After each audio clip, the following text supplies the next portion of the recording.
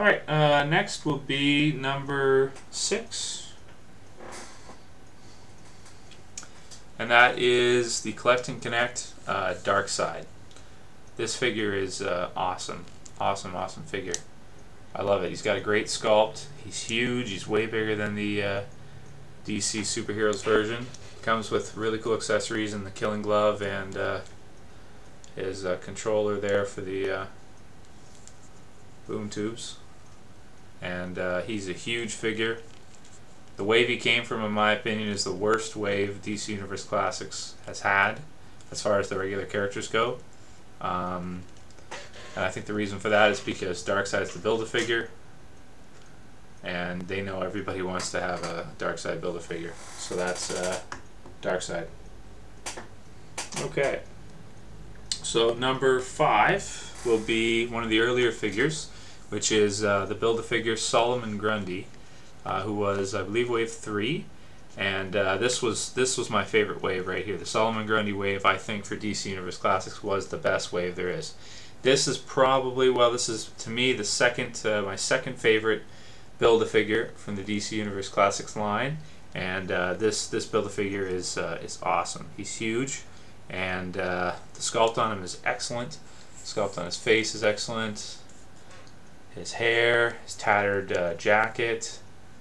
He is an excellent figure. So that's Solomon Grundy, number 5. Now moving on, number 4 will be my favorite version of Superman. Now this was from wave 6. This was from the Calabac wave. This is the long-haired version they did release in the Gotham City 5-pack, and also I believe they have re-released a Superman with the short hair, but for me, I prefer the mullet hair version. This is kind of like the late 80s, early 90s version, around the time of the death of Superman and all that kind of stuff. They started drawing him with the long hair. I remember this version from the 1996, which was one of my favorite comic books ever, which was the Marvel vs. DC, where they did, basically they had Marvel Comics versus DC, and fan votes would decide, you know, who would win in the fights, and Superman was pitted against the Hulk, and he won, although it was very narrow, but he did win, and this is the version that I remember with the long hair, and my favorite Superman figure I have. Better than any of the DC Direct versions, anything like that. I have him in this pose because I usually have a flight stand on him, and I usually have him flying kind of out like that above the rest of my DC Universe Classics. So that's Superman, that's number 4. Now number 3, and I'm sure this guy is probably going to be most people's number 1, is Kilowatt. This Build-A-Figure is amazing. This figure is just awesome. It destroys the DC Direct version in so many ways. The sculpt is better, the articulation is way better. You know, everything on this guy is amazing. Sculpted ring, the size of him. He is an amazing figure.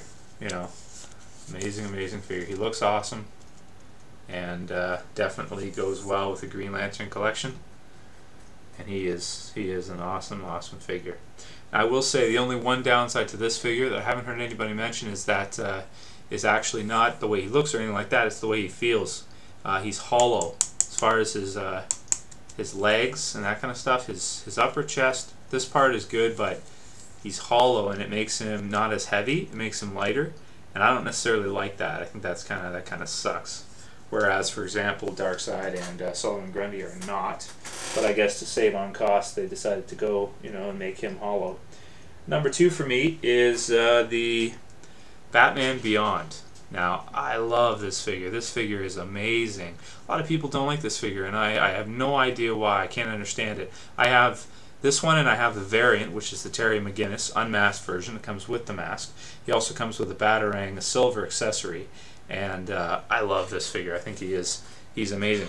I never thought we were going to get a 6-inch version of Batman Beyond that was, you know, like this articulated and you know, could stand next to Marvel Legends and that kind of stuff and look like he sort of fits in. This one is amazing. As you can see, he's really shiny, and he just looks like he came right out of the TV show. You know, his head sculpt is awesome, and you know, this is really one of those type of characters where there's so many things that they could do wrong on it. Like there's so many different ways that they could screw it up, and they didn't. It looks amazing, and by far one of my favorites. Number 2, Batman Beyond. Alright, so that brings me to number 1. So this is by far my favorite figure. When I got him, my favorite figure from DC Universe Classics, that is. When I got him, I just couldn't get him out of my hand. This is from Series 3, the Solomon Grundy Wave. This is the Nightwing figure. Now, there isn't a Batman figure in my top 10 countdown for good reason, because I feel that the Batman figure that we've had so far and the sculpt and everything like that is not that great. The DC Superheroes version is better, and you know, my reasoning to back that up, if you go look on eBay, you can see that the DC Superheroes black cowl version of Batman goes for, like yesterday, I bid on one, went for $52 plus shipping. So and it's loose. So, you know, that figure, you know, that tells you right there, when it goes for that much, that's pretty much the best you're going to get, the best Batman you're going to get. The DC Universe Classics versions have not been as good as that version, and I think it's because pretty much the sculpt is a little bit off. It's not that great. So this figure, I feel is you know, by far the best figure they've got for DC Universe Classics. As far as Dick Grayson goes, I love the costume. I love the way the colors come together, and his sculpt is awesome. He's got 2 spots in the back there that you can see that he can fit his nightsticks in, and his head sculpt's amazing. The hair actually comes off his head over his forehead. You can actually see that, you know, it's been sculpted as a separate part, you know, and it just looks awesome. So by far my favorite DC Universe Classics figure so far, and I think I'll probably get, because who knows how long, you know, the series is going to go for. It's still going strong, but you know, eventually they're going to run out of ideas, and people might stop buying them. So we'll see. Now, if Marvel Legends, if Hasbro starts making Marvel Legends again, then people really probably will stop buying them. But I feel, just like I've said before, and a lot of people are starting to say now, is that I feel the main reason why why we're getting into these guys, DC Universe Classics, is because Marvel Legends are pretty much done. I mean, the Marvel Universe figures are everywhere, and you know, as far as, you know, in my opinion, they suck, and a lot of people, you know, feel the same way, and that's why we've pretty much switched over. You know, most everybody. So some people do like the Universe figures, but for me, you know, these figures are amazing. I hope Mattel keeps going with these, and I hope Hasbro realizes sooner rather than later that you know, 6-inch figures are the way to go, and switches back. Alright, so that's my DC Universe Classics top 10 figures. By far the best, Nightwing. Hope you guys enjoyed it, and maybe in a couple more years, maybe a year or two, I'll have to redo it. I guess we'll see you guys.